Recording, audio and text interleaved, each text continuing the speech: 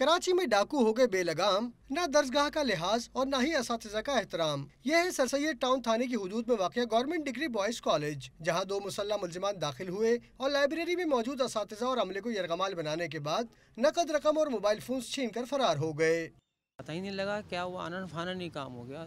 مشکل سے مجھے نہیں لگتا کہ 10 سے 15 منٹ بھی نہیں لگے ہوں گے۔ تقریباً 1,06,000 روپے قریب لے گئے، لاکھ سے اوپر ہی لے کے گئے ہم۔ یہاں پہ کچھ ایگزام کے پیسے تھے، اس کے حوالے سے ڈسٹریبیوٹ کرنے تھے، اس حوالے سے وہ پیسے لے کر آئے تھے، لیکن یہ لوگ پہنچے ہیں، بیٹھے ہوئے ان کو کوئی 5-7 منٹ ہوئے ہوں گے، تو 3 افراد کوئی آئے ہیں کالج کے اندر، اور ان میں سے ایک صاحب کوئی باہر کھڑے رہے ہیں، 2 افراد اندر آئے، ان کو مارا ہے ہمارے پروفیسرز کو۔ 2 پروفیسر ہمارے کالج کے گئے تھے، ان کو تھپڑ مارے ہیں انہوں نے، اور ان کو زبردستی کر کے انہوں نے ان سے رقم چھینی ہے۔